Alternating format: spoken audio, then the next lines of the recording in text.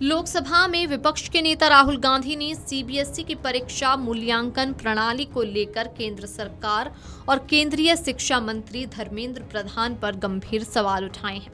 राहुल गांधी ने social media platform x पर आरोप लगाया कि सीबीएसई के ऑन स्क्रीन मार्किंग कॉन्ट्रैक्ट को कोएम्प्ट नाम की कंपनी को दिया गया, जो अपने पुराने नाम ग्लोबरेना के दौरान विवादों में रही।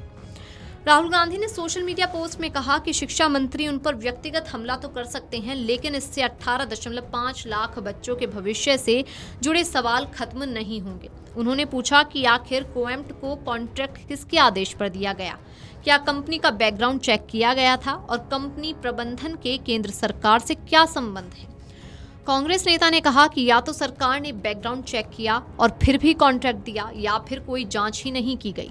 दोनों ही स्थिति में सरकार जिम्मेदार है। उन्होंने प्रधानमंत्री नरेंद्र मोदी पर भी निशाना साधते हुए कहा कि यदि प्रधानमंत्री को छात्रों के भविष्य की चिंता होती तो शिक्षा मंत्री को काफी पहले ही पद से हटा दिया गया होता। राहुल गांधी ने 4 बड़े सवाल उठाए। पहला सवाल, सीबीएसई का ओएसएम कॉन्ट्रैक्ट कोएम्प्ट कंपनी को क्यों दिया गया जबकि उसका पुराना नाम ग्लोबरेना विवादों में रहा। दूसरा, ये कॉन्ट्रैक्ट आखिर किसके आदेश पर दिया गया। तीसरा, क्या कंपनी का बैकग्राउंड चेक किया गया था या नहीं। चौथा सवाल कि कोएम्प्ट के प्रबंधन और मोदी सरकार के बीच क्या संबंध है। सीबीएसई कक्षा 12वीं परीक्षा मूल्यांकन प्रक्रिया को लेकर उठे विवाद के बीच केंद्रीय शिक्षा मंत्री धर्मेंद्र प्रधान ने बुधवार को सीबीएसई मुख्यालय में अधिकारियों के साथ समीक्षा की। बैठक में पुनर्मूल्यांकन और वेरिफिकेशन प्रक्रिया के दौरान छात्रों को आ रही तकनीकी और भुगतान संबंधी समस्याओं पर चर्चा की गई। सीबीएसई परीक्षा मूल्यांकन में कथित गड़बड़ियों को लेकर लोकसभा में विपक्ष के नेता राहुल गांधी के बयान पर भी केंद्रीय शिक्षा मंत्री धर्मेंद्र प्रधान ने प्रतिक्रिया दी। उन्होंने कहा कि सीबीएसई इस मामले पर पहले ही अपना जवाब दे चुका है और पूरी प्रक्रिया भारत सरकार की खरीद नीति के अनुसार हुई है। वहीं ओएसएम सिस्टम को लेकर जारी विवाद के बीच केंद्रीय माध्यमिक शिक्षा बोर्ड यानी कि सीबीएसई ने गुरुवार को कहा कि उसका डिजिटल मूल्यांकन प्लेटफॉर्म पूरी तरह सुरक्षित और मजबूत आईटी प्रणाली पर आधारित है।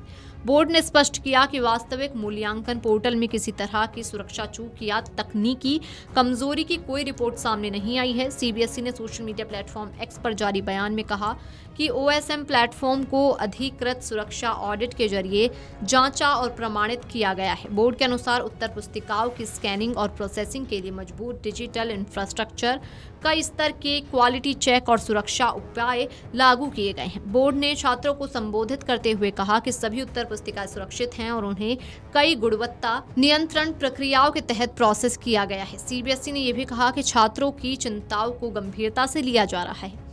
ये बयान ऐसे समय में आया जब कक्षा 12वीं बोर्ड परीक्षा 2026 की उत्तर पुस्तिकाओं के डिजिटल मूल्यांकन से जुड़े ठेके और ओएसएम प्रणाली में कथित गड़बड़ियों को लेकर विवाद बढ़ गया है।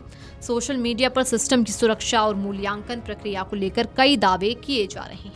सीबीएसई ने छात्रों की सहायता के लिए 24/7 पोस्ट रिजल्ट सपोर्ट सिस्टम की शुरुआत की है, जो हर कदम पर छात्रों का मार्गदर्शन करेगा। मूल्यांकन से जुड़े सवालों और तनाव प्रबंधन यानी कि स्ट्रेस मैनेजमेंट के लिए बोर्ड ने एक समर्पित टोल फ्री हेल्पलाइन नंबर 1800118004 जारी किया है, जो पूरी तरह चालू है। इसके अलावा किसी भी प्रकार की तुरंत और सीधी सहायता के लिए छात्र आधिकारिक ईमेल चैनलों जैसे कि info.cbsc@nic.in पर संपर्क कर सकते हैं। कांग्रेस नेता राहुल गांधी ने बुधवार को इस मामले में स्वतंत्र न्यायिक जांच और एसआईटी से जांच की मांग की थी। उन्होंने आरोप लगाया था कि कोएम्प्ट एडुटेक नाम की कंपनी, जिसे सीबीएसई ने ओएसएम प्रक्रिया का ठेका दिया, पहले ग्लोबरेना नाम से काम करती थी और तेलंगाना में पहले भी विवादों में वो रह चुकी है। राहुल गांधी ने दावा किया कि तेलंगाना में 2019 और 2023 में ओएसएम से जुड़ी गड़बड़ियों के कारण छात्रों को नुकसान हुआ था। उन्होंने ये भी कहा कि सीबीएसई छात्रों और अभिभावकों में तनाव का माहौल है, जबकि सरकार इस मुद्दे पर जवाब नहीं दे रही है।